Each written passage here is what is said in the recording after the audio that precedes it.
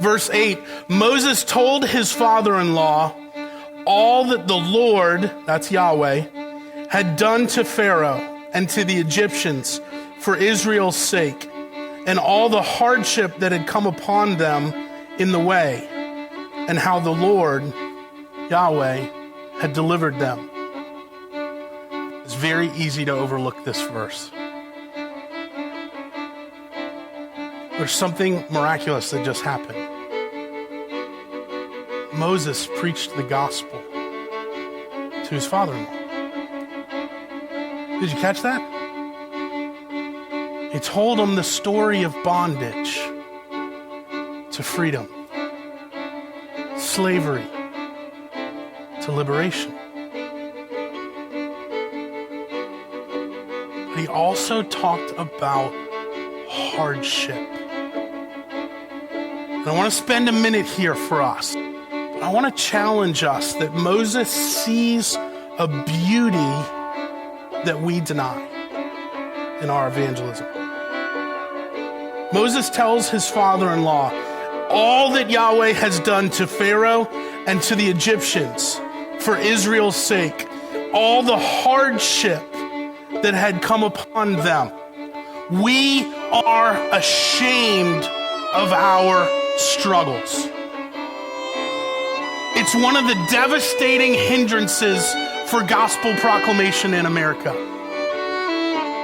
because we inherently think our sin and struggles must be hidden for the world to respond.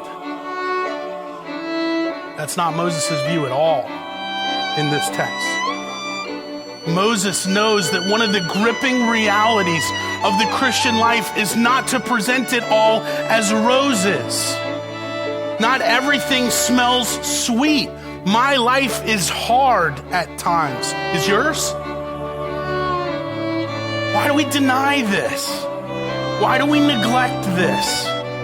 Why do we feel imprisoned by a morality in our culture that says Christianity is only for good people?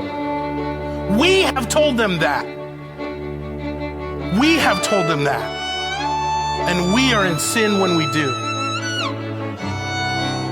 It's not the gospel. The gospel is that God came to deliver us, and that can be an ongoing struggle of hardship. Somehow we think our testimony less when our struggles are real and vibrant. Don't be ashamed of your struggle. Be ashamed for all the times you were dishonest about your struggle. God's not ashamed of your struggles. He knows you already won. He's already paid the penalty for that. And he's freeing you from that. But nobody can see your deliverance if they can't ever see the transformation. If they don't know what was true before, how can they know what is true now?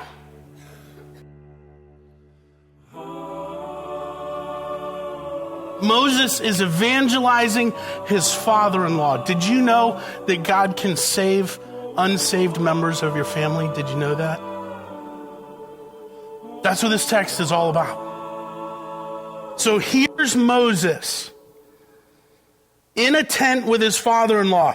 Now notice, his father-in-law has already heard the meta story, right? We started that in the beginning of the chapter. Jethro had already heard this. Why is Moses going detail by detail through it? In anticipation of God doing something in Jethro's heart. It's not about how many times we give the gospel to somebody else. It's about when God quickens their heart and it holds. Amen? Moses is free to tell the truth of what God has done, is doing, and promises to complete. Are you? Are you free to talk about all the areas of your life? What God has done, what he is doing, what he promises to complete. You should be, where your cross is too small and your God is too small.